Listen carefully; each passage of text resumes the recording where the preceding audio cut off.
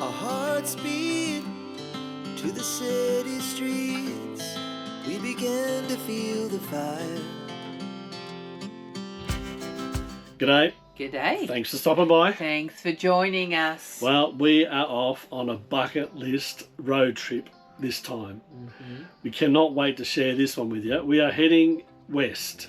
Oh, how long has it been? I know. Paul, In 5 years on the road. Yeah, we've so wanted to go west. Yeah. And this is the first time we are going west, guys. Oh So- my goodness, so exciting. Come and join us as we Yeah. kick off this road trip from Port Augusta in South Australia, making our way across the Nullarbor and checking out all these iconic places that Yes. we've read so much about, I know we've heard so much watched about. so much videos about, Yeah. to actually do it ourselves. Magic. Come and let us show you our take on crossing the Nullarbor Yeah. and getting into Western Australia. And then it doesn't stop there, because we're going to go and explore the southwest of Western Australia, taking in some magic places that we've heard about down there, like Yes. Lucky Bay, Esperance, I know. Margaret River. Oh my goodness. I know. Amazing places. Yep. And you know what thing that I'm looking forward to, Paul, is that we're not just going to use the Nullarbor to get from here to there. We're actually going to take our time. Well, the And Nullabor's a destination that we're Yeah. going to. Exactly. Yeah. So in our video, the Nullarbor is a destination, Yep. not just a way to get from A to B. Exactly. Come and join us. Let's go. Our biggest adventure yet starts right here in Port Augusta. We have arrived in Port Augusta, staying at the Shoreline Caravan Park. The sites are huge, sort of dirt sites with slabs on it. Amenities are clean, tidy. It's got a swimming pool here, laundry, dump point, so it's got everything you need. It's at the back of town, so it's a little bit out. They do close the gates here at 9 or 9:30, I think it is. You have to get a swipe card or something if you want to get back in after that time. Then they open them again at 7 o'clock in the morning. But we'll go and have a quick look around Port Augusta and we'll see what we can see here before hitting the Nullarbor. There are a couple of great spots around town to get a real sense of the outback. So here we are at the Australian Arid Lands Botanic Gardens. Let me show you around. Such an interesting place to explore, with several walking trails that each highlight different landscapes. So I'm going to take the highlights walk and I'll take you along with me. You'll see a huge variety of native plants. There's the desert garden. True desert environment. The mallee, all perfectly adapted to thrive. Oh, look at these. These are interesting. They're like those potato snacks you can buy. Eremophila garden. Apparently, eremophillas are emu bushes. They even have a Flinders Rangers garden. The Quandong. Well, I had a Quandong soft drink the other day. It was quite yum, actually. Very yum indeed. There's even a section that showcases how Indigenous Australians use many of these plants for food, medicine, and even everyday life. Native lemongrass. It really gives you a new appreciation for the land. And there you have it, back at the Visitors Centre. And of course, after all that exploring, the Visitor Centre Cafe and Gift Shop are the perfect spot to relax, grab a coffee and take in those incredible outback views. Another place that's absolutely worth the stop is the Wadalada Outback Centre. It's a perfect introduction to the Flinders Ranges and the vast South Australian outback. Inside, you find loads of interactive exhibits and hands-on displays that really bring the region's history to life, from the Dreamtime stories of the First Nations people to the early explorers and pioneers who opened up this rugged land. So tread lightly, take care, have a great time, and we'll see you later, somewhere out there. Now, if you're passing through Port Augusta, make sure you drop into Pastoral Hotel. Built in 1882, it's a beautiful old pub that's part of the town's history. Now look at this, it still serves a seriously good Parmi. I went for the Mexican Parmi this time, and I tell you, it did not disappoint. Our time here at Port Augusta is just finishing up. So it's been a very nice few days here. It's not a bad caravan park here actually, it's very quiet, so peaceful overnight. Didn't really fill up too much. It stayed pretty quiet. People coming and going and that. Very nice little spot. Handy to town. We got in to see a couple of things, went out for dinner and that, so that was good. But now the excitement starts. We hit the Eyre Highway today, which is the one that takes across the Nullarbor. So I'm really stoked about that and can't wait to get into this trip now. Oh, tell you. Anyway, we're going to hit the road, make our way across to Western Australia. Let's go. Start. You ready? I am now. Here we come. Kimba for lunch. The halfway point. So we get to see that sign. Even better, Paul, we've never been there before. No. Well, from here on, we haven't been to any of the places. That's pretty exciting. I know, isn't it? Yeah, it is. So it really feels like something special when you're going to brand new places. Like having been on the road for 5 years, we still get excited about visiting brand new places and new trips. So it's pretty good. The Western Australia trip has really been on our target for quite some time. We just never had the chance to do it. But now that we have, all the things we've seen about it, the places to stop along the way, you know, the halfway sign, the Nullarbor Roadhouse, all those things, Bunda Cliffs and that, you wonder, are they going to live up to expectations? They usually do. I'm hoping so. Oh, I think so. I think so. Let's find out. Yep, let's go. Let's go now. And just like that, we're officially on the Eyre Highway. Yay! Heading west on what's probably one of our biggest adventures. There's something about this stretch of road, the wide open spaces, the endless horizon, that makes you feel like anything's possible. We pulled up for our first toilet stop. Didn't take long. in Eyre Knob. About 130 k's, I think it is, out of Port Augusta. What a fascinating little town. It's got a campus here. There's a few vans that are around. Caravan park, post office. I don't know what else is here. Oh, there's a sign up here that says what they got here. We're going to have a look at this. A fascinating little place. One of the things I've noticed is the amount of flies, how much that's increased already. There was a few at Port Augusta, but here they're getting even worse. So this is the campground here. It's actually got a dump point here as well. So there's plenty of space for RVs and camping. Oh yeah, it's a Progress Association, so it's a donation camp here. Once a major source of iron for the nation, the mining operation has slowed right down, but there's still a bit of life left in the town of Eyre Knob. Even early on in this trip, it's fascinating discovering all these little towns and stories that make up the journey. Alright, our next stop, another toilet stop, be a few of those I think, is Kimba, the halfway point across Australia and home of the Big Galah. New friend? I can't remember his name. The Kimba Roadhouse is a great spot to refuel, grab a coffee or pick up a few last minute supplies. There's also a caravan park attached here if you need a place to stay. So it has begun, Paul. The army of flies. Do you know where our fly nets are? In the back of the car. Oh, thank goodness for that. I think we're going to need them very soon. Oh, I think so too. Of course, couldn't resist a couple of the classic Instapics. Halfway across Australia's sign. Yeah. Halfway across. Wow. But what we've realised is that these small towns are so much more than just a photo stop. Kimba's actually really well set up with parks, cafes and local art to explore.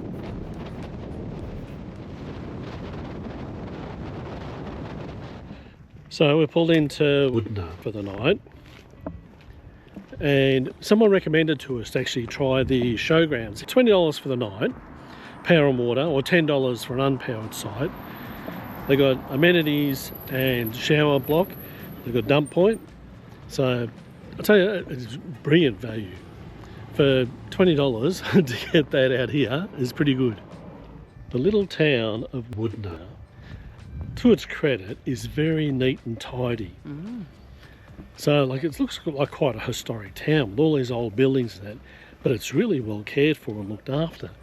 So yeah, obviously they take a bit of pride in the place. It's got very basic resources available here. I'm not sure where they'd go for like to a big shopping area, but probably all the way back to Port Augusta, just about. Here, you've got your IGA supermarket. There's a butcher here. Bakery. And bakery. The bakery gets a good rap, so I'm looking forward to checking that in the morning before we head off. And the pub, so we'll go and see what that's like. The pub, or the hotel, is part of the motel complex. I was going to show you around the pub, but somehow or other I've lost all the footage, so all I can show you is the pool table. On the stroll back to the Caravan park, we ended up at Apex Park. It's also home to some of the incredible granite sculptures, part of an art project that celebrates the region's landscape and people. We are ready to head off from Ceduna, heading over to Penong. We were supposed to be going to Ceduna, but of all weekends when we're going to be there, the Oyster Festival's on and it's been booked out for months. You can't get a spot in there. So we thought, well, we might grab Ceduna on the way back and call in there. But we'll still pop in there today to have a bit of a look around, but making our way up to Penong. The other issue today is that the wind has picked up and it is howling. It's forecast for strong winds for the next 2 days. So that'll be interesting. I was hoping at Penong to be able to get the drone up over the pink lake and get that sort of classic shot of looking at the two colours of the water. But if the weather's like this, I won't put the drone up anywhere. It doesn't like it when it's really windy like this. But we'll head up there today. It's a northerly wind and we're sort of heading northwest. So we'll actually be cutting across into the wind. I hate to think what it's going to do to our fuel consumption. But again, it's one of the costs. You just have to sort of cop it a bit sweet, I suppose. Might take the foot off the pedal a bit and see if that helps to lower the fuel consumption. We're not in a real hurry. It's only about 300 k's from here up to Penong. So on the way through to Penong, we're still going to call into Ceduna. We're going to stop there and have some lunch. And nice spot to stop for lunch too, by the way. So if, like us, you're travelling from east to west, a stop at Ceduna is a must. We called into the Ceduna Visitor Centre, and I tell you what, Yvonne there was so helpful and gave us so much information. We feel much better equipped to hit the rest of the Nullarbor here and not miss anything along the way. She's great at pointing out what you should stop and see, what's been nice, other people's responses to it. So she gets a lot of feedback from people coming through. Yeah, so really worth a visit into that when you're here. So on our way to Penong, we've taken a bit of a detour. On Denial Bay Road, there's a turn off that takes you down along the coast. Not sure what it's going to be like. We thought it might be something a bit different to get off the Eyre Highway for a half hour or so, just to see something. It hugs the coast and then shoots back up to Penong. Anyway, we'll check this out and see what it's like along here. Alright, maybe this wasn't such a good idea. The road's now turned to dirt road. I don't know how long for. We've got a turn off in about another kilometre and a bit. So it'll be interesting to see if it goes back to bitumen or it just stays dirt all the way. Wenda's just gone back in the van to put the Caravan on, try and keep some of the dust out. But yeah, I'll have to see how this goes now. Oh my goodness. Yep, the turn off is a dirt road as well. Unfortunately, it's not too bad. The drive west continued, and before long we rolled into Penong, our last major stop before the Nullarbor. We'd booked ahead, which was a good move because the temperature hit 38 degrees, and powered sites were in high demand. Check out this spot. Heaps of space for the van. For $38 a night with power and water, it seems good value tonight.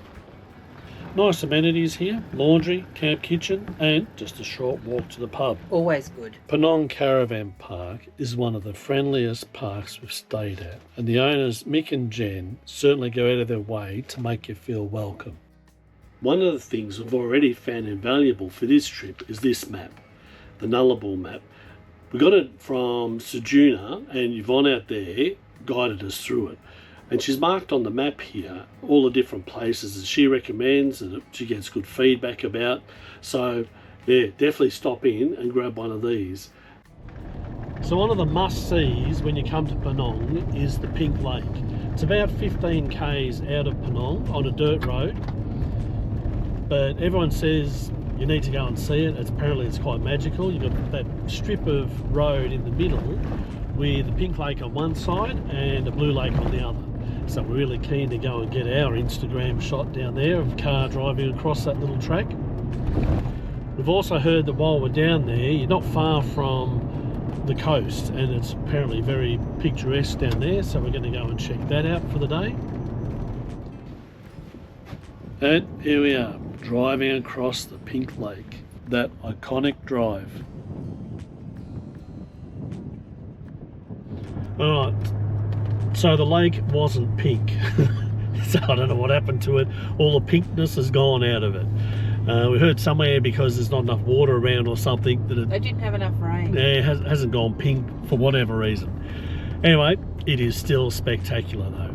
What a beautiful spot down here. Actually, there's so much more to it than I pictured. Having seen lots of Instagram and Facebook photos of it, and even YouTube stuff, you think that's all there is to this place, but there's so much more. There's these huge sand dunes around the place. The track itself is interesting, like just the environment and to drive down here. So just to go for a drive is fascinating in itself.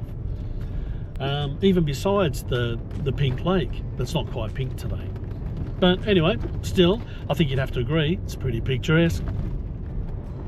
Point Sinclair, a hidden gem of a spot with calm, protected waters and beautiful views. It's such a peaceful place to stop, stretch the legs and soak up the scenery. We've made our way down to the Point Sinclair jetty. Beautiful area down here. The colour of the water is just incredible. There's a pier that goes out.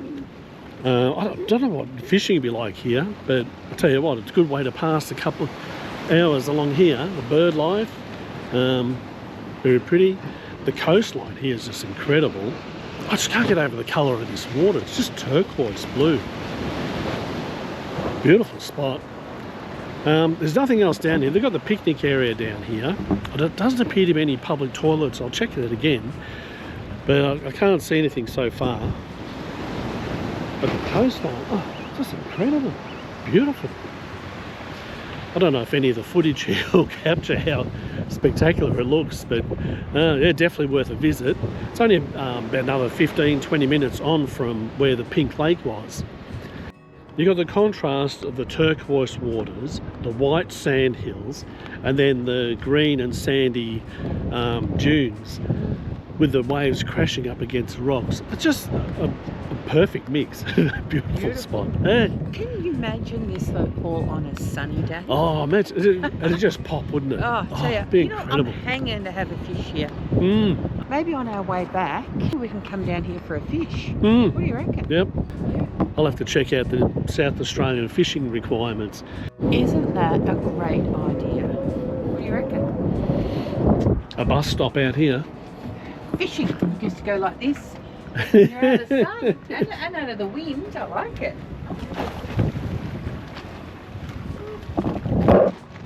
And it's cold, is it?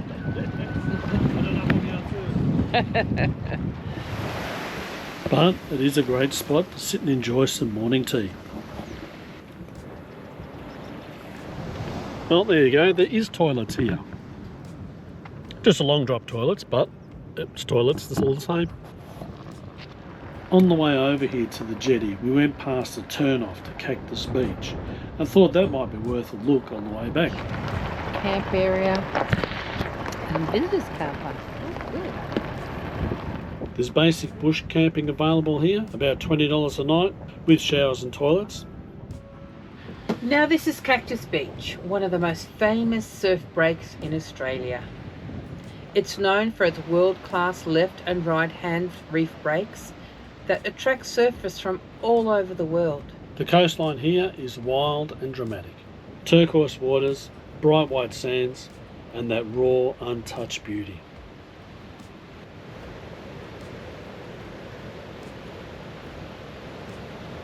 On the way back to Penong, we were hoping that the sunlight would actually make a bit of a difference to the Pink Lake. But unfortunately, it's still the same, not pink. Regardless, it was a fantastic experience getting out there. Back in town, we stopped by the Penong Windmill Museum. This place is such a credit to the community. It's an open-air collection of restored windmills from across the country, each one with its own story. The star of the show is the Comet windmill, the largest in Australia, standing at 35 feet tall, with blades spanning over 10 metres. It is a fascinating tribute to how vital windmills were and still are for life out here in these remote areas. So I'm going to wander over to the Penong pub for dinner tonight. It's only about a 5-minute walk from the caravan park. But I tell you what, the way these flies are going, I'm not going to be hungry by the time I get there. I think I've eaten so many of them. Anyway. One thing you get used to quickly out here is sharing the road with road trains. And wow, some of them are absolute monsters. Right, so chicken schnitzel, toppings, parmesan, $4.50 extra. Of course, $28.50 all up. What do you have? Ooh, T-bone looks good. I'll go with T-bone steak. Chicken schnitzel with a parmesan topping. What'd you get? I've got a T-bone steak with a Kilpatrick sauce. But it seems I've got cheese all over it.